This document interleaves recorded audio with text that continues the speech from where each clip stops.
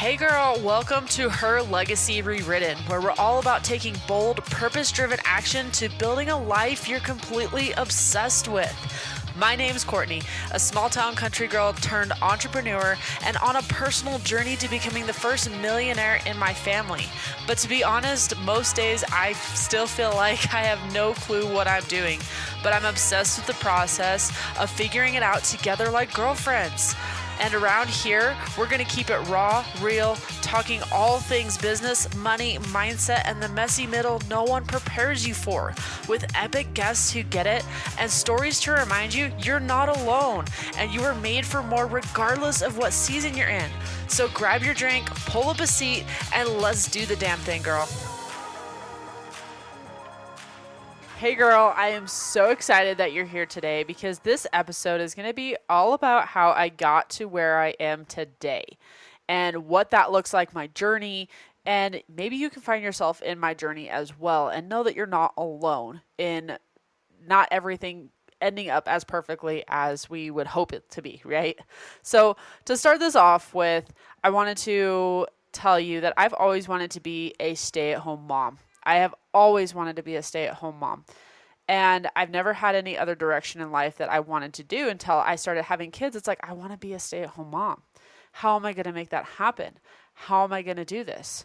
So when it came time to having kids, I had my son in 2018. And after we had our first son, our first kid, is when everything started to click and it was like, oh my gosh, how am I going to stay home now? How am I going to be able to raise our kid and be a stay-at-home mom and a present mom? I want to be a present mom for our kid. At the time I worked in fast food, so I had to have open availability. I had to work weekends. It was really hard to get time off, and it was a struggle becoming a mom for the first time and not being able to just be at home with my kid.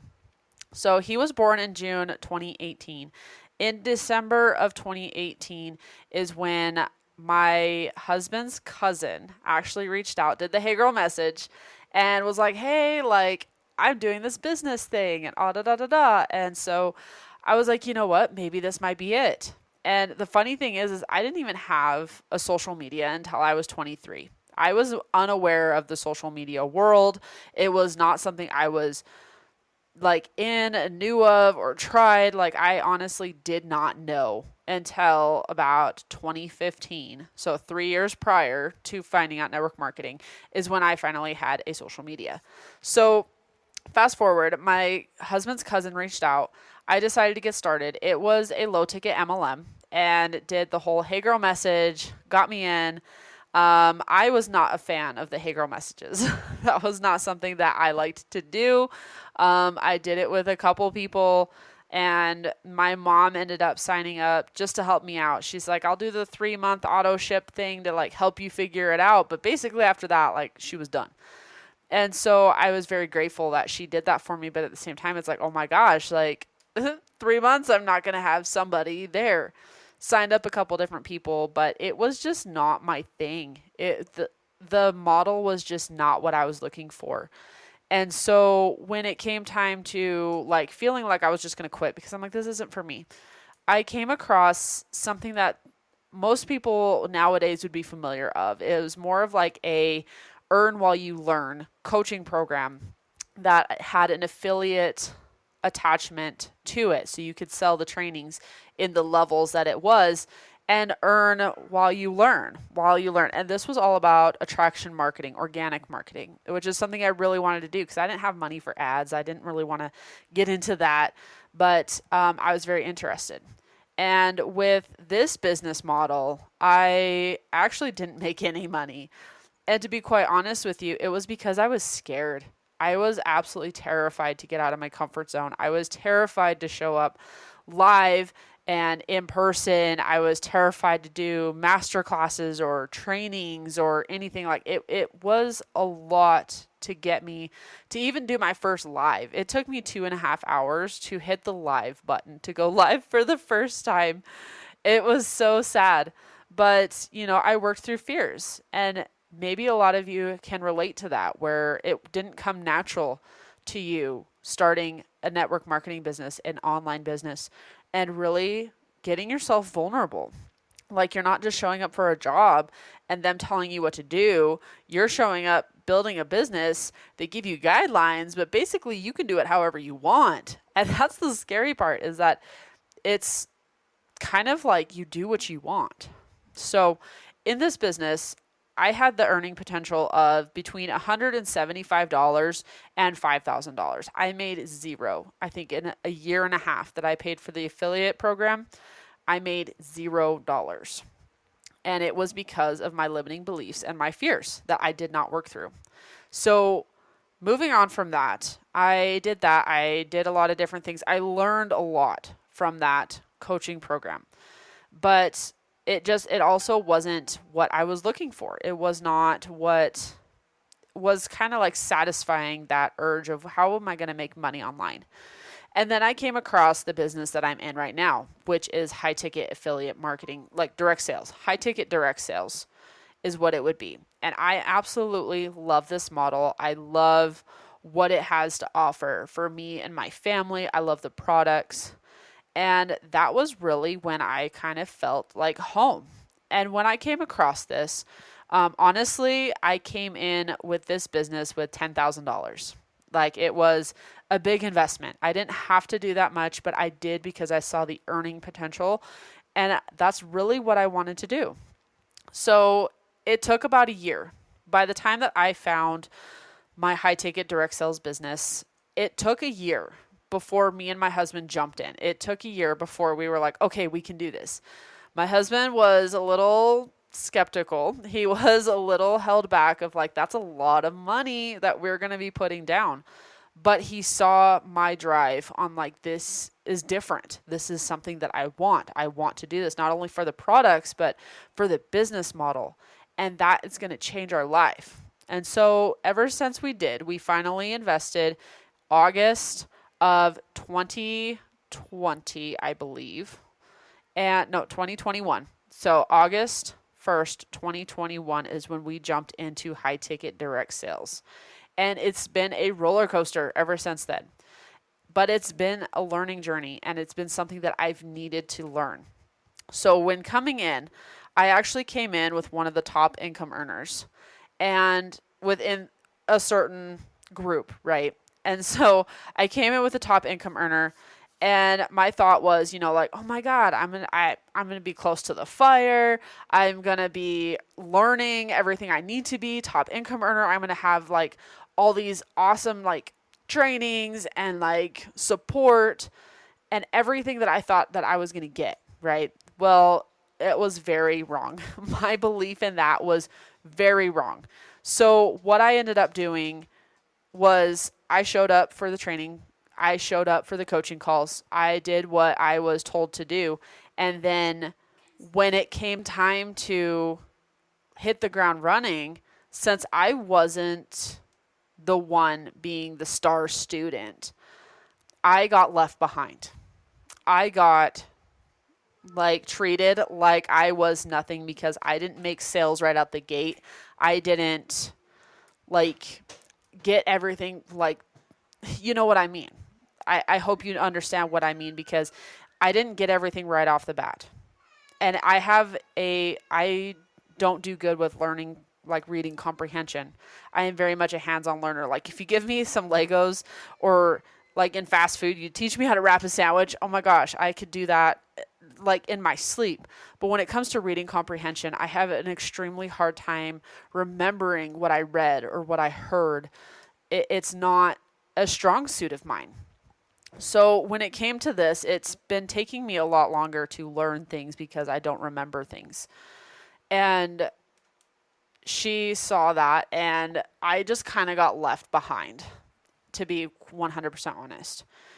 And whenever I would ask questions on like the coaching calls or the master classes and whatever, it was, well, didn't you go watch the training? You need to go watch the training again. You obviously didn't do that because you would have known this by now. Like, it was turned into a very hostile environment. And so I just stopped asking questions. I still showed up because I still learned a lot of things, but I stopped asking questions because I never got the support I thought I was going to.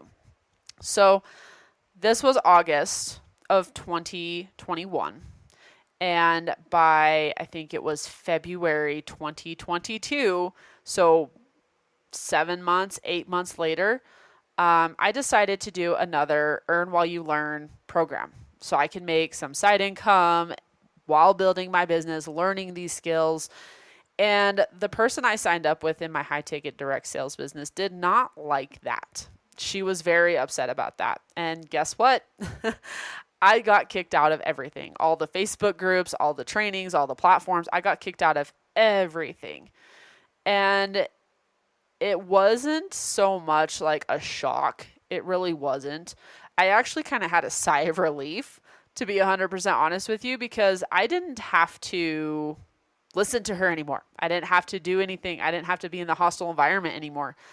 And it was a sigh of relief, like, great, now I don't have to like up and quit and not have to explain anything, right? But at the same time, I equally faced, oh crap, what do I do? I'm alone. Like, I don't have a team. I don't really, like, the sidelines just kept like falling off. My upline was in the same group, so they weren't going to help me. And so it was kind of like, oh crap, what do I do? And so I just decided to kind of like fade off for a minute. Tried a couple different things for about 8 months. And one of my sidelines reached out because they had started a group and was doing like trainings with her side of the same community, but it was my side.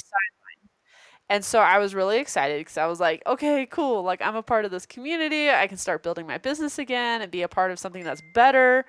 But then I also struggled with the feeling of I'm not like a part of their team, right? Like, they're not going to be making money off of me. They're not going to be, that kind of a thing. Not that they weren't willing to help. I'm so forever grateful for that. But the fact that they weren't going to make money off of me kind of had this lingering feeling of like they didn't necessarily want to help me, which I get and respect. But I am forever grateful that they let me into their community being a sideline. That one kind of faded a little bit. And, I really needed something different. I didn't want a platform, but I did want to be a part of a community again. And so I ended up reinvesting into a different community, which I love every single person in this community. It's great. And I've been in this current community for about 2 years. And it's been awesome. It's been inspirational. It's been motivational. It's been everything that I have needed that I was hoping for when I first signed up. But I feel like the road that I went down was necessary and needed because it brought me to where I am today with the resilience and the determination. Like, I'm not going to let anybody stop me.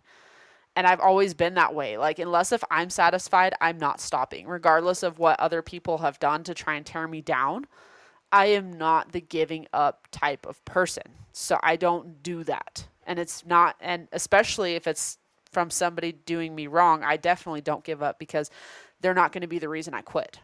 That's not going to happen. And then it also has led me here. For about 5 years, I have wanted to start my own podcast too.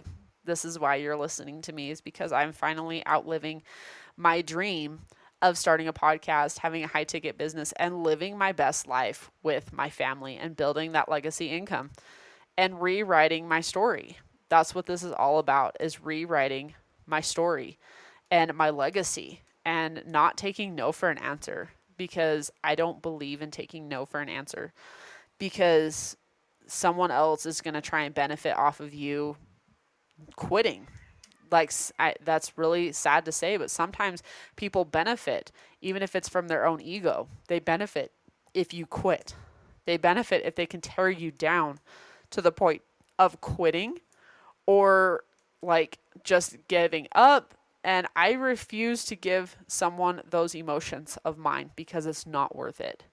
The feelings are there. Yes, I acknowledge that, but it's not what I'm here for. I'm here for so much more, and so are you. And I refuse to give up because of the way somebody treated me. And that's why I'm here. So I hope that you found some inspiration in my story, because I'm going to be referring back to it as my podcast goes. So I wanted to share my story and where I came from and how I got to where I am, because I'll be pulling some pieces out of this story as we go forward. But I wanted you to at least know the full story going forward. So I hope that you enjoyed this episode, girl, and we'll talk soon. Thank you so much for listening in. If you loved this episode, I would so appreciate it if you shared it with a girlfriend. Like, send it to her right now, or post it on social media and tag me so I can personally thank you for helping me get the message out. I'm so freaking grateful and excited to be on this journey with you, girl. So until next time, I'll talk to you soon.